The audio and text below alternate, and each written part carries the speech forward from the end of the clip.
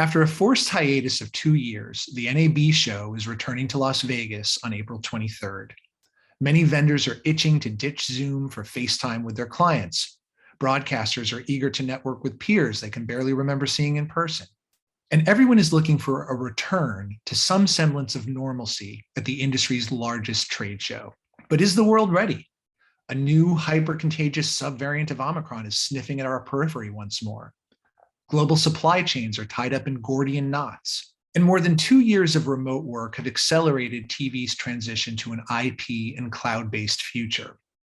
Is a massive trade show floor filled with hardware still part of that future? Will trade shows still be the hubs they once were for TV industry commerce? Are they the future crossroads of the industry, if in fact it even needs one? I'm Michael Depp, editor of TVNewsCheck, and this is Talking TV, the podcast that brings you smart conversations about the business of broadcasting. Today, Chris Brown is here for that conversation. Chris is Executive Vice President and Managing Director of Global Conventions and Events at NAB. The NAB Show is his baby, and we'll be right back with what it's going to look like in a transformational year.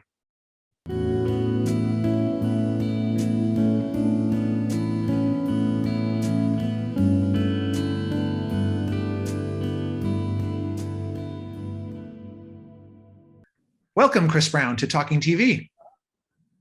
How are you doing? Good to be with you. Well, Chris, as I said at the top, you are the EVP and Managing Director of Global Conventions and Events at NAB, of which the NAB Show in Las Vegas is the largest by far. It used to be attended by over 100,000 people, and I think it was somewhere in the 90s up until the pandemic. What is the future of the large trade show for this industry? Well, obviously that story is yet to be written. We are all, as you pointed out in your intro there, kind of working our way out of what's been an interesting couple of years, interesting putting it mildly. And so, we certainly on our side, aren't naive enough to think that things are going to roll right back to the way they were kind of pre-pandemic 2019 and before, where, as you said, we were enjoying audiences up over 90,000, and we had 3 halls filled with about 1,600 exhibitors at the show. But we do think that, shows, because of the power and because of the value of face-to-face connections, still will have a really prominent place and, for a very long time in the whole sales and marketing mix and the whole ecosystem, that exists across industries, not just in ours. Our expectation for this coming show is that, given that we are still also, as you said, kind of dealing with some of the lingering effects of the pandemic, we will not be back to 100% by any stretch of the means, but we should be able to get back to 60 or 70% of what we've seen.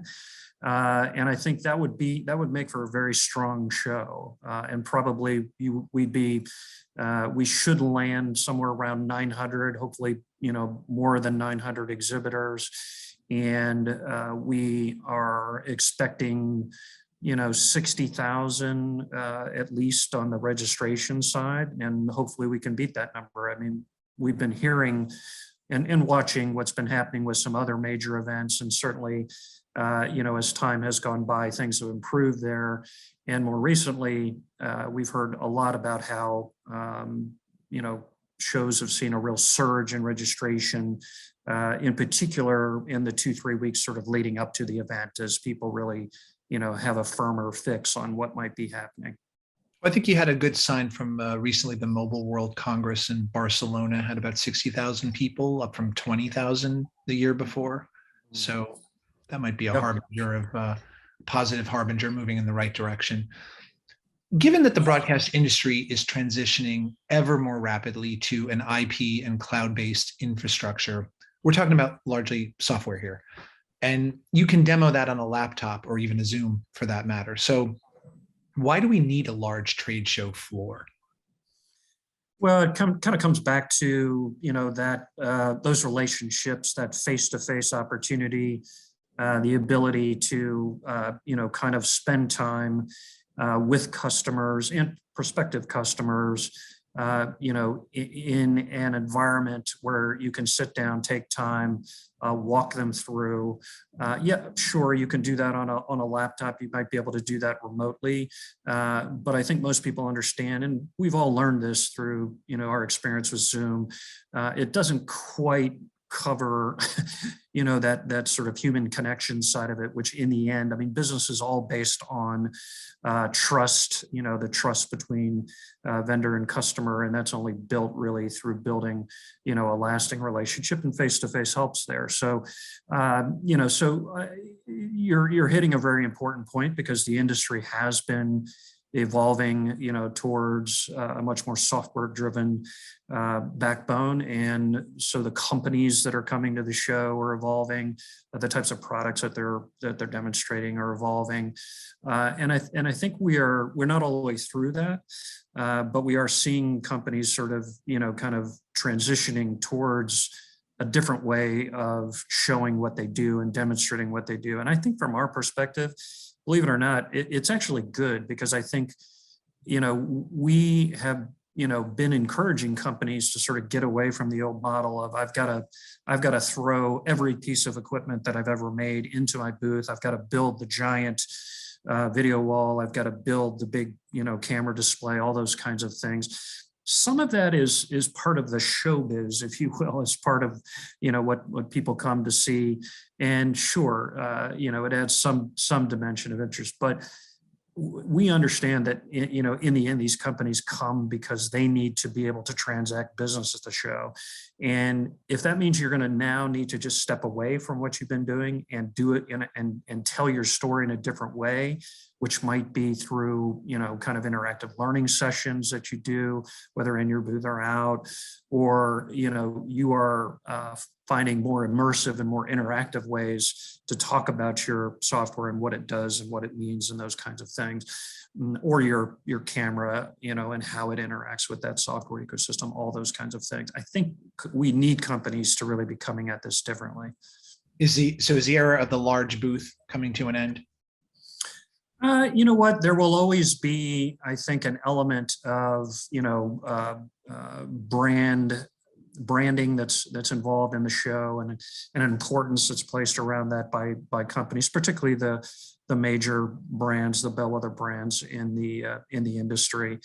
And no doubt it's fed by competition, and you'll have companies who want to one up the other, no matter what the case. So I'm not sure whether the bigger booths will completely diminish, but they may come they back a bit.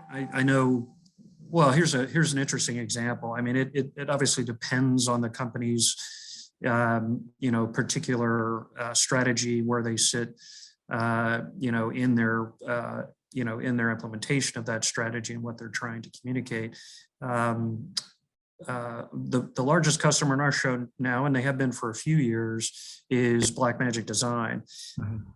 Blackmagic, I think, as you know, has always had a pretty good sized footprint. Used to be at the front of the South Hall. They'll now be at the front of the North Hall. But they're taking the largest footprint they've ever taken. They had actually also expected to do that in 2020.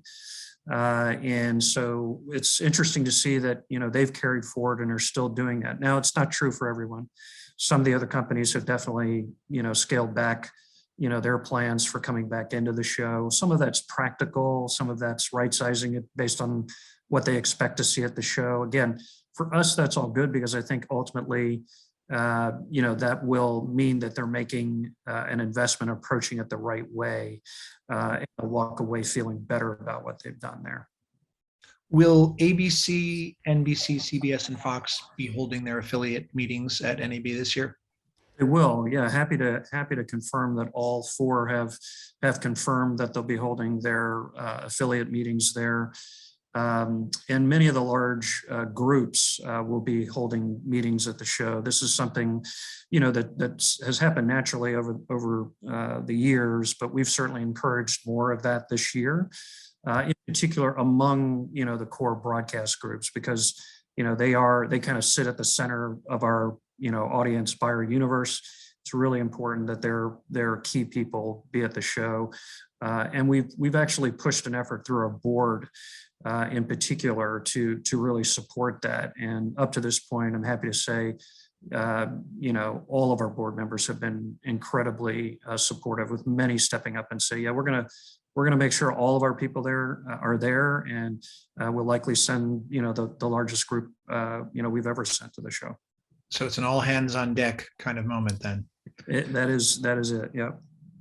Does the industry need a crossroads event like this, where we're as likely to see a CEO or a CTO or a news director passing through the corridors of the show? I love the question, because I do think that to a great extent goes right to the heart of the value proposition of an event like NAB. In my mind, it is the diversity in that audience that makes it so powerful. And very well that this show has grown well beyond just the core of broadcasting many years ago. And we now see people across sector. We now see people up and down that job function continuum. And so you will have some people walk into that and go, well, this is really confusing. I'm not sure what's going on. And the sheer scale of it sometimes can be a challenge. But a lot of what's happening, a lot of what I know you've been reporting on and we've been seeing, is so many of what's happening in content, creation and distribution is converging. So it no longer matters whether you're in the film space or you're in the television space or, even in the corporate video space. I mean, largely, right? It's all video. Largely the tools and the technique. I mean, heck, gaming now, of course, becoming a much more, the engines behind gaming becoming a much more integral part of what's happening now across the video production spectrum. So just really interesting. It's all coming together. So there's just a lot to learn across those sectors, across those job functions. And so, I appreciate you asking the question, because as I said, I just think that is, really right at the core of what makes the show so useful. So the show's physical footprint is changing this year, different hall configuration. For those who are attending this year who've been there in the past, how is it going to look differently?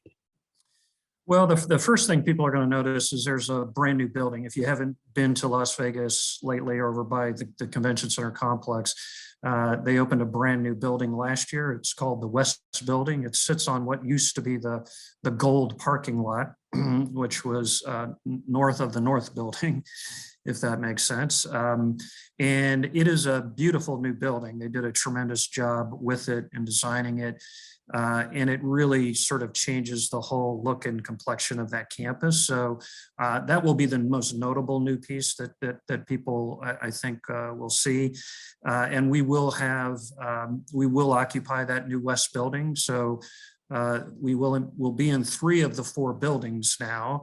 We are not going to be in the South Building, which, as I'm sure you know, has been a hotspot for the show. It's actually, with 2 floors over there, it's where we've had quite a few exhibitors, and but a hell of a long walk, Chris. A hell of a long walk. I've done it. It's a bowling alley, and it's tough on visitors. It's tough logistically getting in and out of it. So we're not terribly upset not to be there anymore. But so we will be in the Central Building, which has been traditionally part of the show, in the middle of the campus, the North Building, and the West Building. So all contiguous buildings. And we have reset the floor, and we built the show floor around our new set of content pillars. And those content pillars are create, connect, capitalize, and a 4th related, which is new for us, and that's intelligent content. And the way this will lay out is create will lay across Central and part of the North Hall. Capitalize will lay out in the North Hall. And then in the West Hall, we will have connect and intelligent content. So kind of our new activity and new space over in West. And it's going to be exciting, because I think it changes the dynamic in a lot of respects, again, people have been used to kind of the way things had been, looking for certain companies in certain places. And, most of those big anchor companies have moved to new locations. A lot of the companies in South, like Blackmagic, are now, in the North Building. So North Building is where all that production, post-production type of equipment will be. And that always has a buzz, right? So it's going to be different for North. North had a slightly different kind of atmosphere in the past. I think that'll be totally changed. So that's how we've got it set up. And for those who are concerned about health and safety protocols, which of course are in place in abundance, just give us a very brief picture about what's in place there. Sure. I mean, we are absolutely, we continue to be focused on health and safety. And so our policy going in is that to be admitted to the show, you have to either show proof of full vaccination or proof of a negative test. And the proof of a negative test is a newer element to the policy. We introduced that only about 3-4 weeks ago as we were following, guidance from health officials and as we were seeing what was happening with the pandemic numbers. And so that'll mean that everyone will need to either beforehand through an app, a mobile app. They'll be able to actually provide us their vaccination credentials or that proof of test in advance so that when they show up, they can just quickly flash that to us and we can make sure people are cleared to go in. Or if folks want to bring the physical vax card or physical test with them to the show site, they can certainly do that, and we'll have a process for working in there. And then, there will be a little bit tighter control around that access. So we will basically be building out a bubble so that, the only people who are getting into the event are people who have been checked for one of those two things and that we know are safe to participate. Once that's done, it's not necessary to do it again. This is the other side of it. We want to balance it and make sure we're not creating, an overburdensome process or inconvenience for people. So once you're checked in, you only need to test once. You only need to show us the vax once. Your badge then will allow you in and out so that you're not each day having to either wait in a line or check in and do all those things. So your badge is going to get what, a sticker, or it's going to be scanned and that'll show up there, or how does that work? You know what? It will have one or the other. I think that's all stuff that we're still kind of working through last minute details on both the testing process and check-in, as well as how we're going to make sure access is controlled. Best thing to tell people, or for people that are listening to do is to, just keep checking our website. We've got a full health and safety page with all the information there. We'll keep updating it, with specific information on how this is all going to all work. The other big element, of course, is masks, which for a while there we were requiring in accordance with what was happening in Nevada and elsewhere around the country. But since those requirements have been eased, we've done that on the show side as well. So masks are recommended, but they're not required. Okay. Just lastly, what are NAB's KPIs to judge when this show is done and dusted if it was a success? How are you measuring that internally? Well, for us, a big piece is, Net Promoter Score, NPS, for both exhibitors and attendees. The ultimate goal here is to provide a productive experience for our participants on both sides of the aisle. And of course, our exhibitors, are a critical part of that. And so it's their level of satisfaction with what they saw at the show. I mean, we will look at, and we certainly, pay a lot of attention to all the core metrics that drive that, which are going to include total registration, total number of exhibitors, the ratio of those two together, which sort of, in many respects, drives that satisfaction score. And so, we do a lot of surveying, we do a lot of, checking in with both exhibitors and attendees to kind of hear what they thought, understand how well the event met their needs and where we can do a better job. So I think those are that's really where we center our attention. Okay, well, the NAB show will run from April 23rd to 27th in Las Vegas. TVNewsCheck will be there reporting, and we will even have a booth there. So come say hello if you're at the show. Thank you to Chris Brown of NAB for joining me today. Yeah, thank you. Thank you for having me. I appreciate it, Michael. Thanks. See you next time. A new episode of Talking TV is available most Fridays on TVNewsCheck.com. You can also listen and subscribe on YouTube, Apple Podcast, Google Podcast, and Spotify.